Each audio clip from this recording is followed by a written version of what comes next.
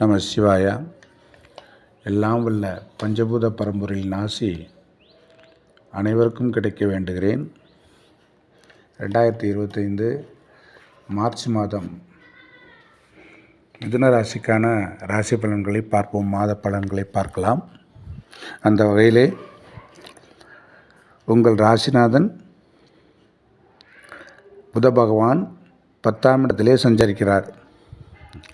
மாதம் முழுமையும் 10ஆம் இடத்தில் சஞ்சரிக்கிறார். மார்ச் 16க்கு பிறகு அவர் வக்ரகதி பெறுகிறார். அங்கே ராகுவுடன் 10ஆம் இடத்தில் ராகு, சுக்கிரன், சூரியன் இவர்களுடன் சஞ்சாரம் செய்ய இருக்கிறார். இது உங்களுக்கு ஒரு நல்ல அமைப்பு. வெளிநாடு செல்பவர்கள் வெளிநாடு செல்லலாம், நல்ல வாய்ப்பாக இருக்கிறது தற்பொழுது. ఎందుకంటే புதன் வக்ரமானாலும் அவர் ராகுவோடு அமர்ந்து தான் இருக்கிறார். சுக்கிரனும் அங்கே வக்ரகதியில் தான் இருக்கிறார். அந்த வகையிலே இது ஒரு பெரிய யோகமாக கருதப்படுகிறது. ஆகையினால் புதனை பொறுத்த வரைக்கும், உங்கள் ராசிநாதனை பொறுத்த வரைக்கும் 10ஆம் இடத்திலே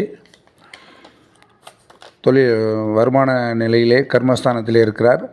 அந்த வகையிலே உங்களுக்கு வெளிநாடு செல்வது, தொழில்துறையிலும் ஒரு வருமானம் வருவதற்கான நல்ல வாய்ப்பாகவும் இது இருக்கிறது. அடுத்தபடியாக உங்கள் ராசியிலேயே செவ்வாய் பகவான் இருக்கிறார். அவர் 6ஆம் அதிபதி ராசியிலே இருக்கிறார். 11ஆம் அதிபதியாகவும் அவர் இருக்கிறார். அந்த வகையிலே பார்க்கும்போது 6ஆம் அதிபதி செவ்வாய் ராசியில் இருப்பது தங்களுக்கு அது பிடித்தமில்லாத தன்மையில் தான் செவ்வாய் அங்கே இருப்பார். 6ஆம் அதிபதி அனாவசியமான பிரச்சனைகள் ஏற்படுத்துவார். ஆகையினால் வெளிவட்டார பழக்க வழக்கத்தில் கொஞ்சம் கவனமாக பழகுங்கள், பேசுங்கள். வார்த்தைகளை பேசும்போதும் எச்சரிக்கையாக இருக்க வேண்டும். சடனாக பேசிவிட்டு பிறகு ஆலோசனை செய்ய வேண்டாம். இதுக்கு 6க்கும் 11க்கும் உள்ள அதிபதி இந்த புதனுடைய ராசிக்கு செவ்வாய் பகவான் எந்த விதமான அதிக நன்மைகளை செய்ய மாட்டார் என்பது ஜாதக ரீதியாக உண்மை. அந்த வகையிலே நீங்கள் பழக்க வழக்கங்களையும் கொஞ்சம் கவனமாக அமைத்துக்கொள்வது நல்லது. அதுக்கடுத்தபடியாக குரு பகவான் 12ஆம் இடத்தில் தான் இருக்கிறார். அவர் இன்னும் பயிற்சியாகவில்லை.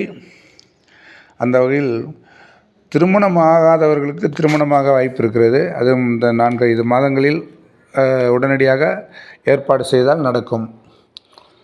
சில நேரங்களில் சிலருக்கு தாமதமாகறதுக்கான வாய்ப்பும் இருக்கிறது. கேது பகவான் 4லே இருப்பதனால் சுகஸ்தானங்கள் பாதிக்கப்படும். வீணான மன கஷ்டம், மன சஞ்சலம், வீடு கட்டி கொண்டிருப்பவர்களுக்கு என்னவென்றால் அது கொஞ்சம் பிரேக்காகி நடக்கும். கன்ஸ்ட்ரக்ஷன் ஒர்க்கில் உள்ளவங்களுக்கும், வீடு அப்பார்ட்மெண்ட்டு கட்டுறவங்களுக்கும் கொஞ்சம் பிரேக் இருக்கும்.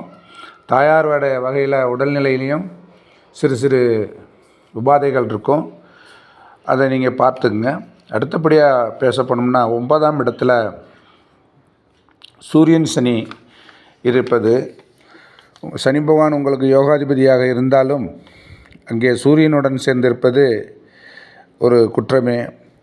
சூரியன் சனி காம்பினேஷன். சூரியன் மார்ச் 15 மீன ராசிக்கு மாற இருக்கிறார். அது வரைக்கும், இந்த 15ஆம் தேதி வரைக்கும் நீங்கள் தொழில்துறையில் இருக்கவங்களுக்கு கொஞ்சம் ஜாக்கிரதையாக தான் தொழிலை செய்யணும். அதிக முதலீடு செய்வதை தவிர்த்து கொஞ்சம் கவனம் தேவை.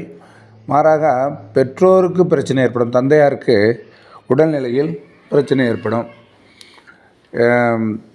சூரியனோட வீடு சிம்மம் ராசியை சனி பகவான் அங்கேருந்து பார்ப்பதுனால 9ஆம் இடத்துலேருந்து உங்கள் 3ஆம் இடத்தை சூரியனுடைய சிம்ம ராசியை பார்ப்பதனால் தந்தைக்கு உடல் நலத்தில் மாறுபாடு ஏற்படும். வீணான மருத்துவ செலவுகளோ கஷ்டங்களோ ஏற்பட வாய்ப்புள்ளது. அதனால் தந்தையின் உடல் நலத்தை கவனித்து கொள்ளவும்.